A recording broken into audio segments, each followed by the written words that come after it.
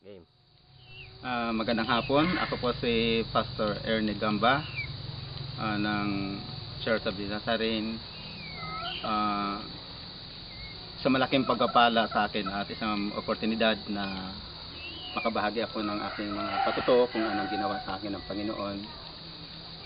Hindi naging madali ang ministeryo. Nagsimula ko na tawagin ng Panginoon 1985 at ipinadala ko sa La Union. Then after 4 years ay naging mabuti ang gawain sa La Union. Umabot ng 100 ang attendance at nakapagbukas ako ng 4 na sangay ng gawain sa lugar na yon. Naging 3 ang aming serbisyo, isa sa umaga, isa sa tanghali at isa sa gabi. Dumating ang pagkakataon na nagpakita sa akin ng Panginoon na pangitain dito sa lugar namin sa Sorsogon. At walang pag-alinlangan dahil alam ko na may katawagan ng Diyos sa akin, ay pumunta ko dito. At dito ko naranasan ang kahirapan sa ministeryo at lalo na lumalaking aming mga anak. Kaya dumating ang time na parang nanghina ako at nakita ko na parang hindi naging malinaw na sa akin ang katawagan ng Diyos. At doon ko naramdaman sa sarili ko na sa panahon ng pag-aalinlangan ay maraming mga bagay na nawala sa akin. Una, yung anointing at spiritual power. May mga pagkakataon na nag-aalinlangan ako kapag ako ay nananalangin sa may sakit. At dumating ang panahon na sa aking pagbabasa ay palagi ako ni-remind ng Panginoon sa Revelation chapter 3 about the Church of Sardis, na sinasabi doon na iniisip mo na ikaw ay buhay ngunit ikaw ay patay. At ang sabi ng Panginoon, kaya buhayin mo ang mga nalalabi pa na malapit na mamatay. So naging palaisipan ito sa akin at alam ko na ito ay isang personal na konfrontasyon sa akin ng Panginoon. Kaya simula noon ay nanalangin ako sa Diyos na sana ay maranasan ko muli ang init at sigla nung una kong naranasan noon sa simula ng aking pagministeryo. Dumating ang time na naimbita ako sa isang gawain dito sa Bulusan at doon ko nakilala si Pastor Dexter. At isa siya sa ginamit ng Panginoon na para maranasan ko yung ganitong kataasan ng karanasan sa buhay spiritual. Nung dumalo kami sa inibitan niya kami na dumalo sa isang gawain sa EGR sa may Tagaytay. Sa simula parang nag-isip ako na sabi ko, ang dami ko nang nadaluhan ng mga seminar, ang dami ko nang napuntahan ng mga iba't ibang gawain pero wala naman nangyari pagdating ko sa amin, ganun pa rin. Parang nangangaral ako na isang obligasyon na lang na hindi ko maraman at hindi ko makita kung mayroong patutunguhan nga ang aming simbahan. Pero salamat dahil sa unang bugso pa lang ng gawain sa may Payatas, sa pasimula pa lang ng pag-awitan at pangangaral ni Pastor Larry, naramdaman ko ang pagbuhos ng isang malamig na bagay sa aking buhay. At doon ko nakita ang aking sarili na ako pala ay lumupasay at naramdaman ko sa aking sarili na pilit na binubuksan ng Diyos ang aking puso, ang aking katauhan at ipilit na ipinapakita ang totoong kalagayan. Umayak ako sa Panginoon at ang sabi ko, Lord, kung bibigyan mo ako ng pagkakataon na muli na ibalik ang sigla, muli na ibalik ang apoy sa paglilingkod, gagawin ko ang lahat para yung unang kaluwalhatian na ipinadamo mo sa akin ay muli ito maibalik at marami pang mga kaluluwa ang makakilala sa iyo. So nagsimula na kumilos ang Panginoon sa aking buhay.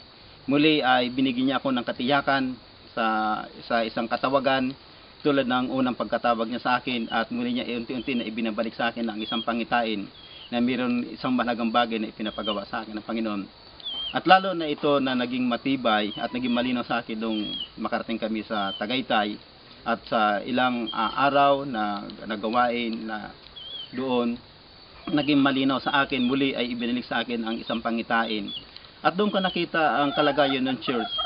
Kaya sabi ko nga, sana matapos nito para makabalik na ako sa church para at least maipakita ko sa mga member na meron na ngayong pag-asa, meron na ngayong direksyon ang church. At yung apoy na naranasan ko sa pamagitan ng pagbuhos ng Banal na Espiritu Santo ay yun ang nais ko na ipadama sa mga kapatiran.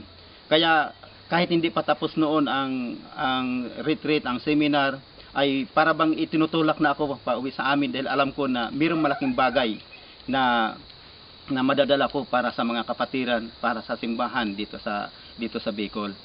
Kaya pagkatapos ng aming seminar sa Tagaytay, pagbalik ko dito, talagang sabik na sabik ako para bang mayroong isang malaking pwersa, apoy na nais na tumupok sa aking katauhan para ito ay mai-impart ko sa mga kapatiran. So purihin ang Panginoon. Sa mga sumunod na 3 linggo, iba ang nangyayari sa church natin na hindi ko nakikita sila na naapektuhan ng mensahe, pero sa napakaiksi lamang at napakasimpleng mensahe, meron ng umiiyak, meron ng lumuluhod, humihingi ng tawad, at ang iba ay talaga nakikita ko kung paano umiyak sila, halos manginig sila, humihingi ng tawad. Sabi ko, Lord, salamat. Ito yung matagal ko nang inaantay, ito yung matagal ko nang maranasan ng church na ito. At purihin ang Panginoon dahil sa mga sumunod na mga linggo, lalo na nung maipangaral ko yung the revelation of the cross of the Lord Jesus Christ, nagkaroon ito ng malaking impact sa mga kapatiran. Dati wala silang pakialam sa gawain, dati tanghali na sila kung dumating. Pero nung matapos nila na marinig at maranasan ang presensya ng Diyos, lalo na ang naging dahilan ng kamatayan ng Panginoon Hesus, ang kanyang paghihirap, ngayon naging maaga na sila, hindi ko na problema yung oras, hindi ko na problema na nagmamadali sila, na halos ako na mismo ang nagtatabi sa kalabuwi. At ngayon may kanya-kanya na silang gawain na ginagawa, at purihin ng Panginoon, nagsimula na bumuhos ang pagpapala, nagsimula na sila na i-build up ang church. Sila na mismo yung nagkaroon ng inisyatibo para bumili ng mga materyales. Ngayon napakaganda na, at hindi lang yun, unti-unti na may dinadala ang Panginoon ng mga kaluluwa. One time, nagulat kami kasi madilim-dilim pa, may dumating na mag-asawa, naghahanap sila ng Christian church. At sabi ko, sino nagsabi sa inyo na mayroong church dito? Sabi, wala, hinanap lang namin. At simula noon ay nag-commit na sila, at napakaganda dahil ino-open nila yung kanilang tahanan, yung kanilang lugar para sa isang gawain. Kaya nga, sabi ko, Lord, salamat at salamat sa buhay ni Pastor Larry. Talagang ginamit siya ng Panginoon para magkaroon ng direction ng church. Sabi ko nga, may mga tao nagtatanong sa akin, ano ba nangyayari sa inyo? Bakit ang sasaya ninyo? Sabi ko, ito yung anointing saka yung pag-ibig ng Diyos na ipinadama niya sa amin.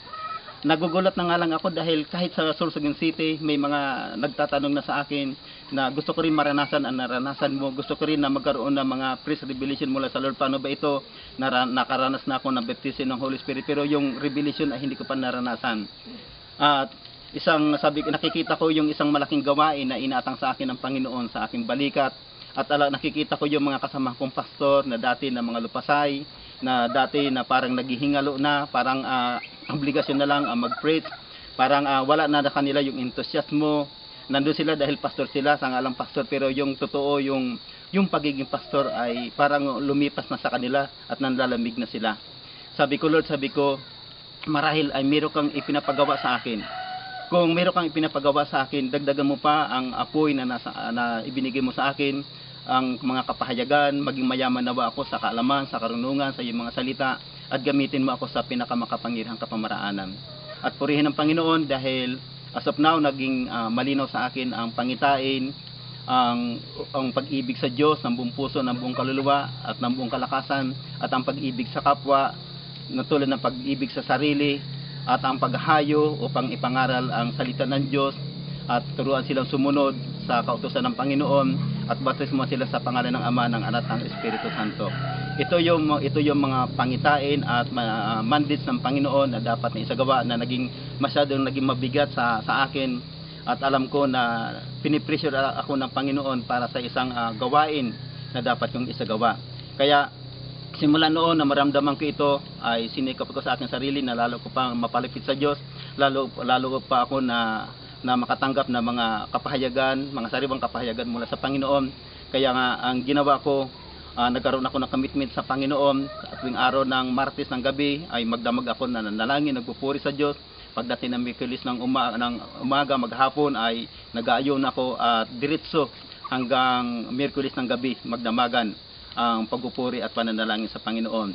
Dati hirap na hirap ako gumawa ng mensahe. Dati kung saan kung ano ang mga binabasa ko para makabuo lamang ako ng mensahe. Pero sa ngayon, purihin ang Panginoon dahil tuloy-tuloy ang pag-flow ng revelation ng Panginoon, kaya hindi na mawalan ng mensahe. Naalala ko yung minsan, ng time na duman ako sa revival na ikinandak ni Pastor Dexter, na yung unang expression niya, sabi niya, ang isang taong revive ay mayroong dalang mensahe. At yun ay hindi nawala sa isip ko. At ako'y naniniwala na hanggat ang isang tao ay pinapangunahan ng Banal na Espiritu Santo, hindi siya nawawalan ng mensahe para sa kanyang kapwa. At higit sa lahat sa mga makasalanan. Kaya napakalaking bagay ang ginawa sa akin ng Panginoon at ang naranasan ko sa may Tagaytay. Salamat kay Pastor Larry dahil naging isa sa mabuting kaibigan, isang mabuting ama at isang mabuting mentor para sa aming mga sursugong pastor.